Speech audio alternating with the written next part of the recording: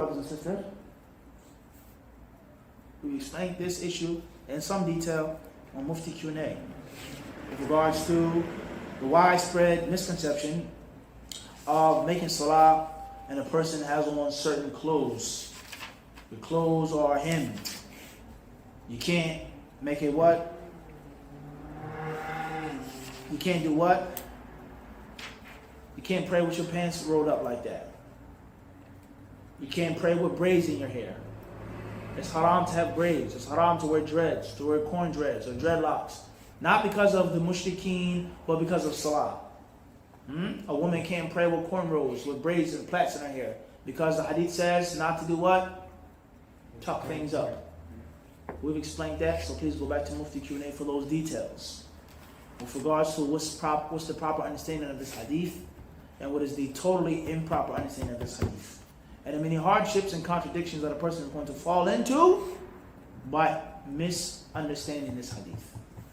With regards to isbal, with regards to fashion, how a person chooses to wear his or her hair, that's first and foremost. Khair, inshallah. Bismillah ar-Rahman ar-Rahim. The questioner says, Assalamu alaikum. I read a hadith in Sahih Muslim saying don't pray in tucked up garments or something like that. I was told that is referring to having pants rolled up, etc. Is this true, or can you explain the hadith? Wa alaikum assalam wa rahmatullahi ta'ala wa barakatuh. Perhaps you're talking about the hadith of Abdullah ibn Abbas radhiyallahu anhuma in Bukhari and in Muslim, in which the Messenger of Allah is called to have said, أمرت أن أسجد على سبعة أعظم ولا أكف ثوبا ولا شعرا أو كما قال عليه الصلاة والسلام. I've been ordered and commanded to pray upon 7 parts of my body. Or a little translation, upon 7 a'zum, 7 bones. And I've also been ordered to refrain from tucking, tying, rolling any clothes and any hair. Any clothes and any hair. So this authentic hadith, the Prophet ﷺ clearly says that he was commanded to do something, commanded not to do something. As far as what he's commanded to do, he's commanded to make sujood. His face, his forehead, his nose, his hands, his knees, his feet. Make sujood in a perfect and complete manner. And as far as wala akuf,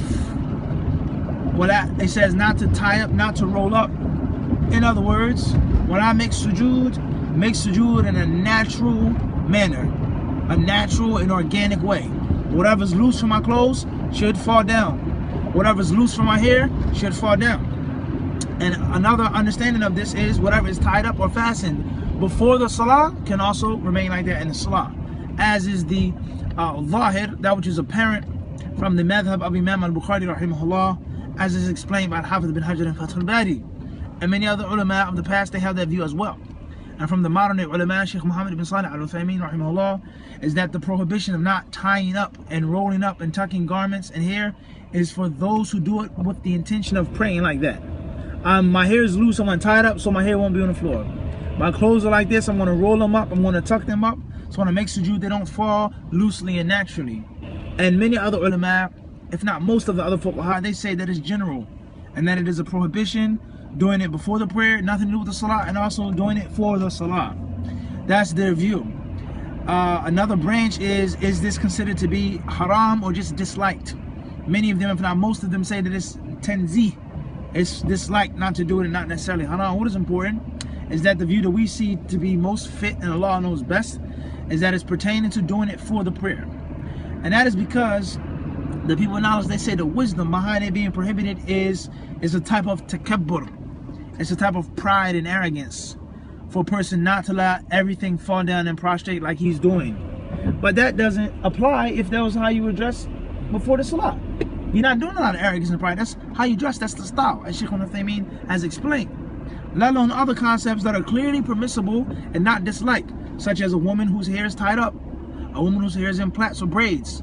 A man's hair that is tied up or in plaits or braids, as we have explained, is permissible. So there are other evidences and proofs that show us, and Allah knows best, what is the desired meaning. What's the desired meaning. Secondly is the sujood, the hadith about let your hair make sujood with you. But what about those who don't have long hair? What about men who don't have long hair? Their hair doesn't make sujood with them. So the hair is short, the hair is tied up, it isn't tied up.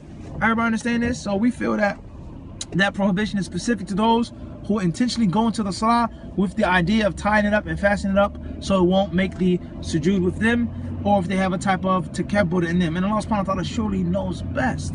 Surely knows best. Another very important concept is al-isbal, is that a man may not have the ability to cut the pants or trim the pants. Maybe he has to roll them up, but they were rolled up before the salah. And he comes into the salah, is it haram? Let the pants go, etc. Even though it's best for him to trim it and to get it tailored. So therefore, that is a brief crash course meaning of the hadith and the desired intention of tucked or rolled. Allah subhanahu wa ta'ala surely knows best.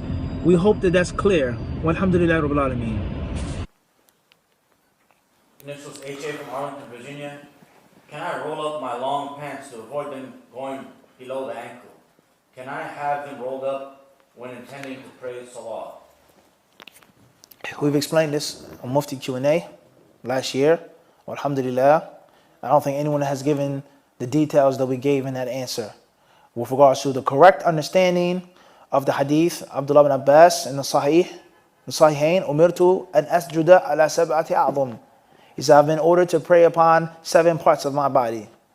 And then at the end of the hadith, wala akuffa thawban wala sharan aw sharan wala thawban. Aw kama qala alayhi salatu wasalam. Not to tie up, not to wrap up, and not to fasten hair or clothes. We explained this. So go back to that video. And we said that the proper understanding of this hadith, it is not haram to have a cuff. It's not haram to have a hem. And it is not mandatory and obligatory under any circumstance for everything to fall on the ground. What if you have short hair? Your hair does not have to make sujood on the ground with you. Your clothes don't have to make sujood on the ground with you. That's improper understanding. Those who are arrogant and prideful, my clothes are too good, my hair is too good to be on the floor. That's a different story. The virtue of everything making sujood with you is a different story.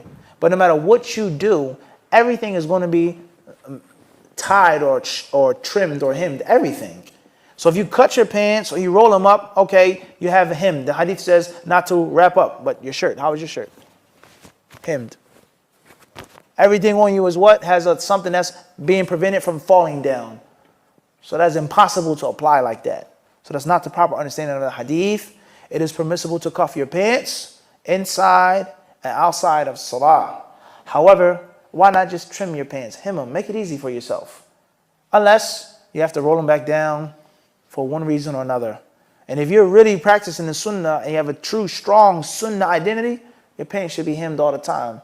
Unless you're a plumber or you're a fisher, professional fisherman, or something else which you have to have long pants on. It's cold, it's free, even though it's cold, you have long john socks, it's snowing, it's raining, something like this, extreme condition. Everybody understand this? So just trim your pants, make it easy for yourself. Many brothers, they roll up their pants because they go out to match and they what? Roll them back down. Many brothers, they'll wear an izar, not a thobe, because they want to come in the masjid, put on an izar, go outside, talk to girls, talk to women, fit in.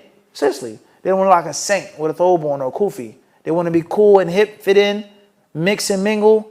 But then when it's time for salat, let me put on the izar. Which is a good thing to put on the izar, not to pray with the pants on. But the concept is, are you living 24/7 or just what? Had that horse. So I always have on high waters, when I say. My pants are always hemmed. I never need to roll them up. Everybody understand this? Whether they're at the middle of your flank or your shanks or just above the ankle. What's permissible? Everybody understand this or not? As we've explained in our lessons on this bell. So get your pants trimmed, inshallah. That way you don't have to roll them up. But if you don't want to, or if you have to, your job or whatever the case may be, it is not haram to pray with your pants rolled up. Wallahu alam.